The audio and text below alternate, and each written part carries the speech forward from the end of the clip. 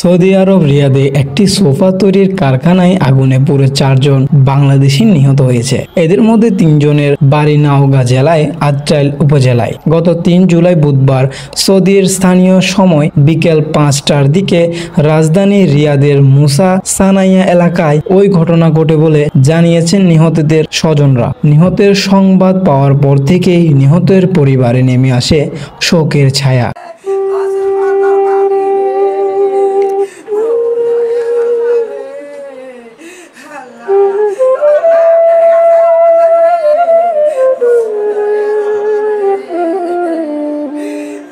নিহতরা হলেন আত্রাইল উপজেলায় 5 নং বিশা ইউনিয়নের তেজানন্দী গ্রামের মুজিবুর রহমানের ছেলে ফারুক হোসেন, 4 নং পাঁচপুর ইউনিয়নের শিকারপুর গ্রামের শাহাদ আলীর ছেলে এনামুল হোসেন এবং 3 নং আসানগঞ্জ ইউনিয়নের ডিগা স্কুলপাড়া গ্রামের কবেস আলীর ছেলে সুকবর আলী। নিহত এনামুলের পরিবার জানান, বুধবার 10টার দিকে তারা নিহতের সংবাদ জানতে পারেন।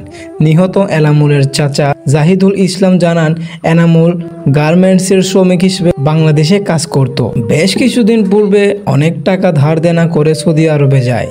ধারের টাকা মাত্রই শোধ হয়েছে। মাথা গোঁজার স্বপ্নের বাড়ি কাজ শেষ হলে 2025 সালে দেশে এসে বিয়ে করার কথা জানিয়েছে পরিবারকে। বুধবার রাত 10টার দিকে আগুনে পুড়ে এনামুল মারা যাওয়ার খবর পান তারা। মা বাবা, একমাত্র ছেলে এনামুল। ছেলেকে হারিয়ে শোকে পাথর হয়ে গেছেন মা বাবা। তেজনন্দী গ্রামের নিহত ফারুকের পরিবার জানান, প্রায় 6 বছর আগে ধার দেনা করে সৌদি আরবে যান ফারুক। সৌদিতে যাওয়ার পর থেকেই নানা ধরনের সমস্যার মধ্যে পড়েন তিনি।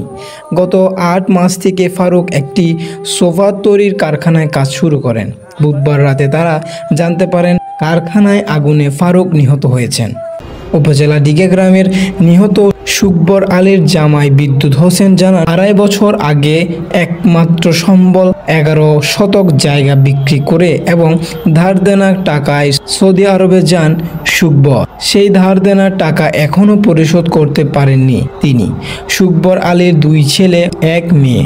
বড় ছেলে শামীম হোসেন প্রতিবন্ধী। এই বিষয়ে আত্রাইল উপজেলায় নির্বাহী অফিসে সঞ্চিতা বিশ্বাস বলেন, সৌদি আরবে আগুনে পুড়ে নিহত 3 জনের পরিবারের সঙ্গে যোগাযোগ করা হয়েছে। নিহতদের মরদেহ দেশে আনা সহ সার্বিক সহযোগিতা করবে উপজেলা প্রশাসন।